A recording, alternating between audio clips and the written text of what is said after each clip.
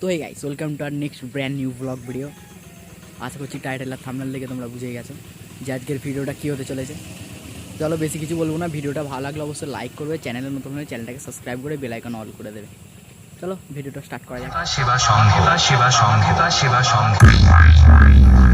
उदयनारायणपुर हावड़ा से नाम सुन के फ्लावर समझे क्या?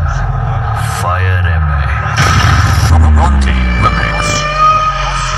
King of the bass, मैं झुकेगा नहीं साला।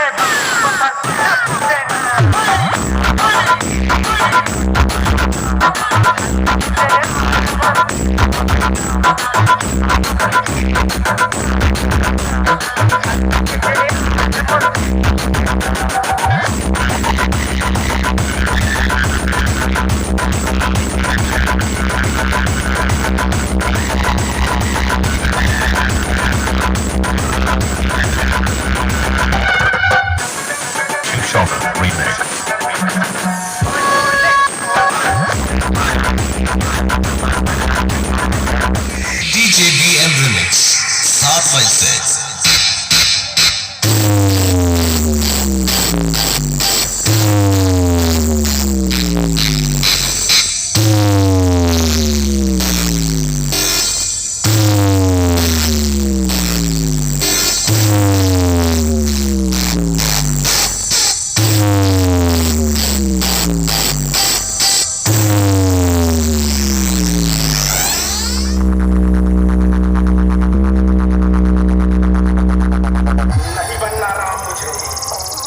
मुझे बस रावण ही रहने दो। सुना, महाकाल का भक्त हुआ, शिव आराध्य है मेरे, मुझसे ना उलझना, हजारों पाप है मेरे। DJBM Remix 7x6